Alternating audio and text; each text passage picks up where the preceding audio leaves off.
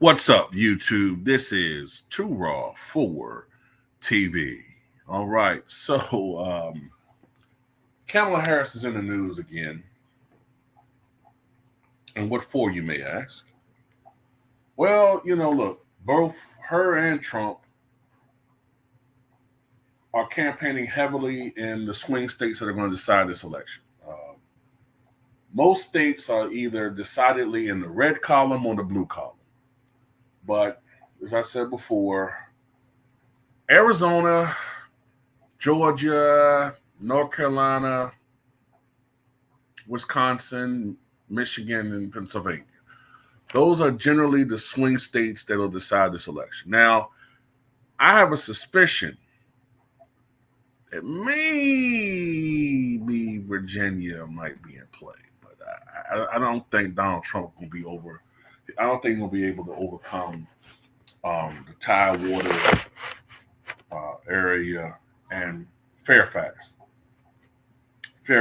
Virginia is heavily Democratic, and a lot of I think a third of the state's population, if I'm not mistaken, is in Fairfax, or maybe 40%. So usually Republicans can't overcome that in the presidential election the last 15 or so years. But anyway, getting to the point. Kamala Harris was caught using one of the oldest tricks in the book that Democrats have been doing or using for quite some time. And that is that whenever they talk to black audiences, they think they can hustle us and try to make us subliminally think that they're one of us, if they talk in a manner that is supposedly a black accent. So I guess that to them, that makes us think, okay, this is a person that's one of us. She sounds like one of us. She got our best interests at heart. She's a sister girl that we got to protect. And, she ain't a fraud. When in reality, it's a fake affected accent that's being used to curry voters. That's it. And it's so exaggerated. It's so exaggerated and so unnatural that it's comical. So let's see if I can find it for you. Played a little bit early. So this is Kamala Harris talking to a crowd in Detroit, a predominantly black crowd, or at least a crowd that has a lot of black people in it.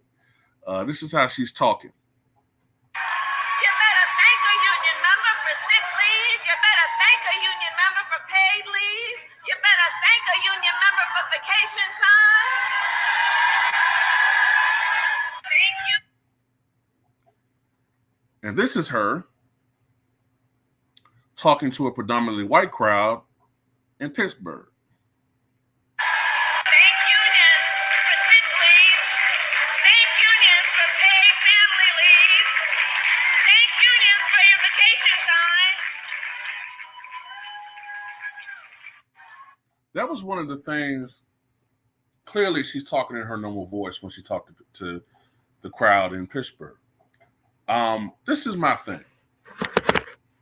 I've always despised when the Clintons did it. Okay, now Hillary tried to do it in 2016, and she did it before that when she was first lady campaigning for her husband when he was running for president or whatever. I've always despised it because it was so robotic and phony when she did it. Bill was a lot smoother because Bill already had that natural Southern accent being from Arkansas. Hillary was from Illinois, so she's actually was a carpetbagger. She wasn't originally from Arkansas, so she didn't really have a Southern accent. Although, at times she put it on pretty well. When she was trying to talk in a Southern white accent, she put it on pretty well. It was subtle, but she was schooled in how to make it just sound just believable enough. But when she was talking to black crowds, oh my God, it was horrible. Bill Clinton was real smooth with it. You know, when he was talking to a regular, let's just say, a regular crowd with some black people, maybe some Hispanics, majority white, whatever. When I say regular, I mean what you would expect in a non-black area. He would say something like, "Well, I'm running for president because I want to serve the American people. I want to serve you. I don't like what's going on in Washington. I'm from Arkansas. I've been the governor of a small state for 12 years now, and I think that the country needs an outsider to right what's going on in Washington." That's how he sounded, right? When he talked to a black crowd, usually in a church, organ music playing in the background. "I want to tell you that there's a fire burning in my heart today. And I'm going to tell you, the Lord told me that when I come down here," I mean, he would like really put on a show. You know what I'm saying? Like really put on like he a white, I can't say it on YouTube. You know what I'm saying? He really put it on. Like he was a white Southern preacher used to talking to black folks.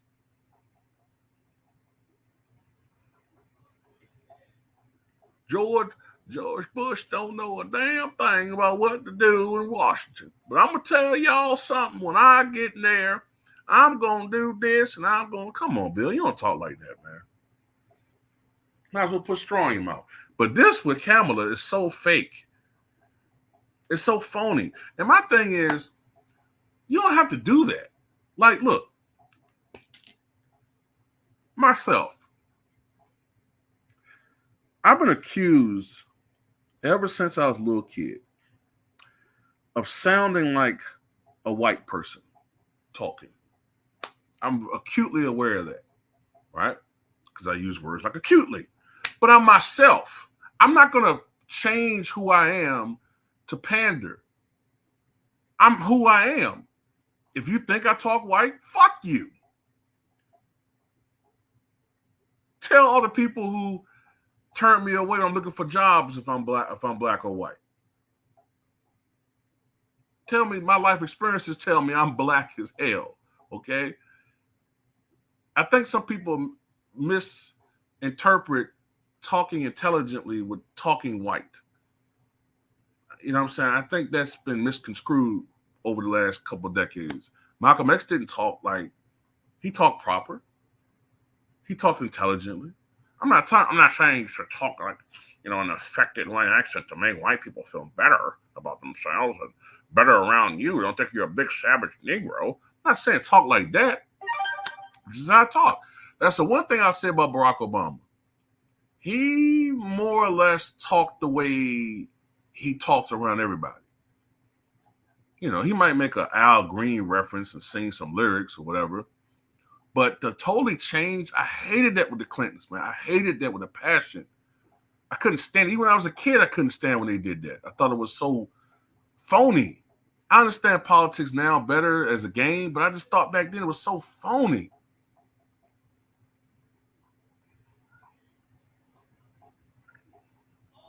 Other politicians, they talk the same way. Lyndon Johnson, he talked like this. I'm trying to give the niggers their rights.